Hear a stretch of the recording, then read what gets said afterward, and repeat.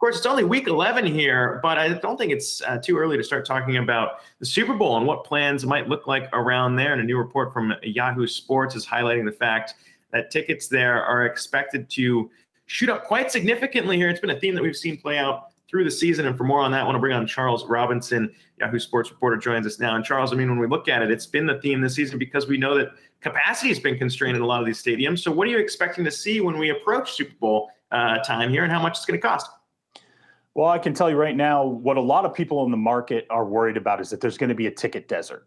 And essentially, with the NFL taking in COVID data as they head into the Super Bowl and potentially limiting capacity at Raymond James Stadium, right now the grid that the league is looking at is somewhere between 10 and 20,000 fans getting into Raymond James Stadium for the Super Bowl. Now, that could change. That could dramatically rise. It could lower. They're looking at some of these reports out of Moderna, Pfizer. They're hoping that the vaccine kicks into gear pretty quickly. I think there's a possibility the NFL, if that were to happen, could even look at setting up vaccinations for fans for the Super Bowl if it moves quickly enough for that to happen in February. Now, that seems unlikely, but as it stands, ticket brokers and a lot of people in the ticket industry are sitting there and they're looking at this and they're saying, if capacities are cut, if we have somewhere between 10 and 20,000 fans, and I think they're thinking it's going to be on the lower end of that, the question becomes, what's ever going to make it to the market?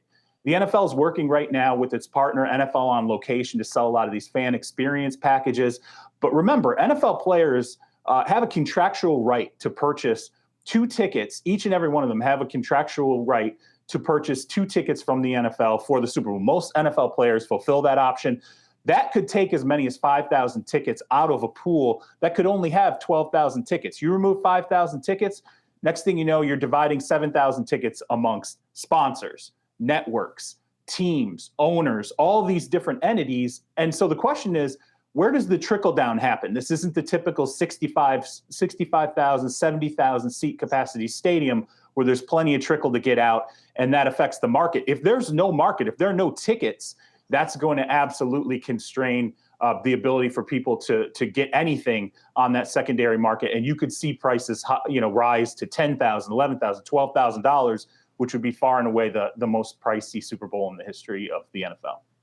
Charles, what about the cost to just make this a safe Super Bowl? You kind of alluded to the fact that they may be looking at potentially vaccinating those who are going to the Super Bowl if that is available. But when you look at how the season has played out so far, there are so many teams that have had to deal with their own outbreaks. What has the league learned from that? And what's your expectation of just how stringent things are going to be for the Super Bowl? Well, as you said, I mean, it has been sort of a trial and error process. The NFL has 32 hubs out there that not necessarily on game day, but at least in their own facilities with their own personnel are dealing with COVID protocols. So they can not only look at it on a micro level, which is sort of, hey, how do we keep the team safe? How do we keep personnel safe? Reporters, basically everyone orbiting a franchise.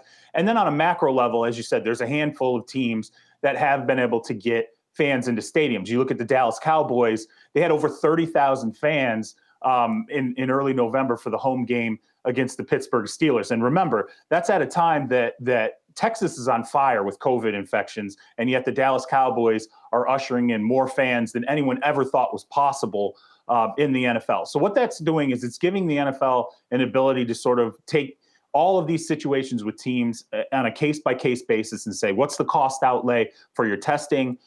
What's working? What's not working? I think what's interesting, the Kansas City Chiefs for the season opener, fans who were in suites for the Kansas City Chiefs all received a COVID test with their ticket. And they all had to take these COVID tests. And then essentially the medical data that came back was anonymous. It was assigned, each person was assigned a number. And the NFL was essentially alerted. Okay, here's the tickets that were laid out for these suites. Here's the anonymous numbers. Here are the people who tested positive as part of this ticket package. And now they had to reach out and alert they had to have medical officials reach out and alert these fans that, hey, you're positive. Now you can't go to this game. I think at the bare minimum, every single person who ends up in Raymond James Stadium in February is going to be COVID tested. Yeah, and at the Kansas City game earlier this year, we saw a fan slip through that process too, and the team had to address that all happening too. You think about how many games have been rescheduled this season, and how complicated it would be to reschedule the single greatest sporting event in the nation each year, the Super Bowl. No one wants to see that, but we'll see what happens as we get closer. Charles Robinson, Yahoo Sports reporter, appreciate you coming on. Thanks for having me.